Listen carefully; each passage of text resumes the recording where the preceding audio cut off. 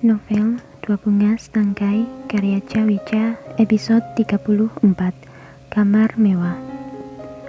Chris mencoba melamar pekerjaan di sana-sini, tapi tak ada satupun perusahaan pun yang mau menerimanya. Sebenarnya tubuhnya juga tergolong ideal sebagai seorang laki-laki, tapi banyak perusahaan yang menolak karena wajahnya yang sekarang, yang dinilai kurang sempurna untuk menjadi seorang karyawan. Ketika ia memohon masuk pun dengan menggunakan sebuah masker untuk menutupi wajahnya, tak ada perusahaan atau perkantoran yang sudi merekrutnya. Padahal pendidikannya tergolong tinggi. Dia juga pernah mengenyam pendidikan di sebuah universitas ternama di kota A. Hingga akhirnya, ia terjebak dalam sebuah penyalur jasa sebagai bodyguard itu. Sudah 1 tahun lamanya, tidak ada orang yang mau mengambil jasanya. Separuh waktu dalam hari-harinya ia gunakan untuk menjaga parkiran di restoran sebelah kantor penyalur jasa itu. Uang yang ia dapatkan, ia gunakan untuk makan sehari-hari. Ia pun bertempat tinggal di dalam kantor tersebut bersama teman-teman calon bodyguard yang lain. Chris pun bercerita, hingga tak terasa mobil sampai dan memasuki rumah mewah di tengah kota itu. Hanafi pun dalam perjalanan juga menitikkan air mata. Ia merasa iba mendengar kisah tentang kehidupan Chris. Kau tak sendiri, di sini aku juga berjuang hidup tanpa hadirnya orang tua di sampingku. Seakan mendapatkan kisah hidup yang sama-sama ditinggalkan, Hanafi memeluk pundak Chris di sampingnya. Chris pun mengangguk dan menatap tuan mudanya. Siapa orang yang tak mengetahui kejadian hilangnya pesawat yang ditumpangi orang tua Hanafi yang terjadi beberapa tahun lalu. Beritanya menjadi topik utama televisi kala itu. Turunlah, ini akan menjadi tempat tinggalmu juga mulai sekarang. Dan mulai saat itu, Chris tinggal bersama Hanafi. Ia mulai mempelajari kehidupan Hanafi. Hanafi juga memberikan beberapa berkas untuk dipelajari Chris tentang perusahaan maupun beberapa peraturan yang harus dipatuhinya. Tapi beberapa bulan berjalan, Hanafi menyuruh Chris untuk tinggal di sebuah hotel milik Wijaya Group dengan ruangan khusus yang sudah dipersiapkan untuknya. Itu semua dilakukan karena Hanafi tak mau ada orang yang mengetahui identitasnya sebagai pria bayangan yang selalu menggantikan Hanafi di beberapa acara saat ia tak dapat menghadirinya. Di hotel tersebut, Chris mendapat akses khusus keluar masuk tanpa ada yang mengetahuinya.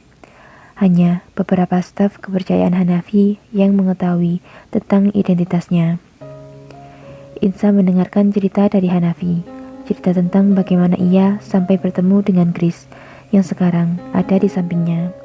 Sesekali Insa hanya mengangguk-anggukkan kepalanya tanpa tanda faham. Sesekali ia juga menatap Chris dengan rasa kasihan. Begitulah aku juga tak paham mengapa orang-orang yang dekat denganku sama-sama mempunyai cerita yang kelam tentang masa lalunya. Seakan Tuhan mengumpulkan kita di satu tempat yang sama karena kisah hidup yang hampir sama pula. Kalimatnya terdengar getir di telinga Insa. Insa kini berusaha menenangkan Hanafi dengan menggenggam erat tangannya. Seakan ingin mengakhiri kesedihan yang terpancar di wajah Hanafi, Insa pun berusaha untuk mengalihkan pembicaraan. Jangan bersedih Mas Han, sekarang ada aku akan selalu ada di samping Mas Han. Oh iya, apa perjalanan ini masih lama Mas? Tentu saja, mungkin membutuhkan waktu sekitar 1 jam lagi. Kenapa? Kau lelah? Kini memeluk Insa, tanpa malu-malu meski ada Chris di sampingnya. Insa hanya mengangguk manja pada Hanafi dan membalas pelukannya lebih erat lagi. Ya ampun, Tuan Muda dan Nona, bisa tidak hentikan drama ini? Ada seorang jomblo loh di sini. Hanya bisa menundukkan kepalanya, tak berani melihat ke arah Tuan Mudanya, takut menyaksikan drama yang tak terduga.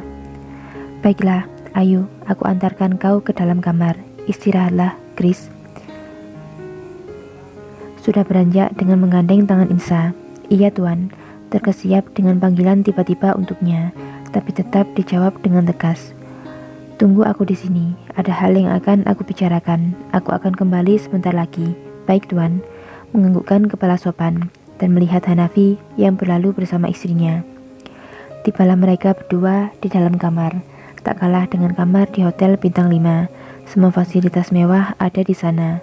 Tak lupa juga ada kamar mandi di dalam kamarnya. Bednya juga super besar.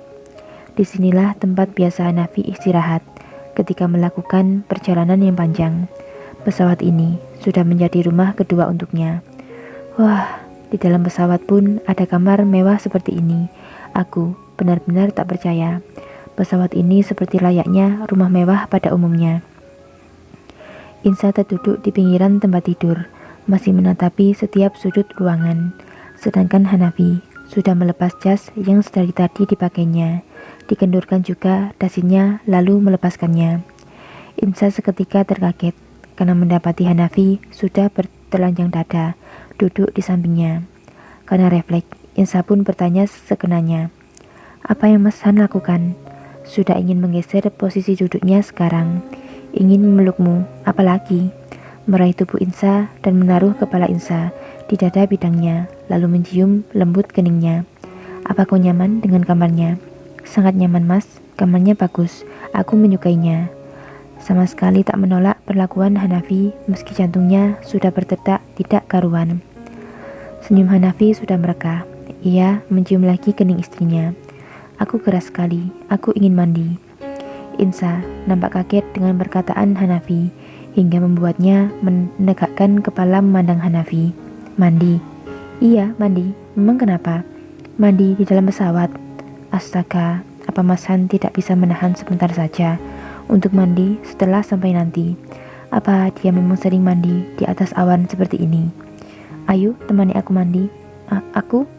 "Iya, memang siapa lagi?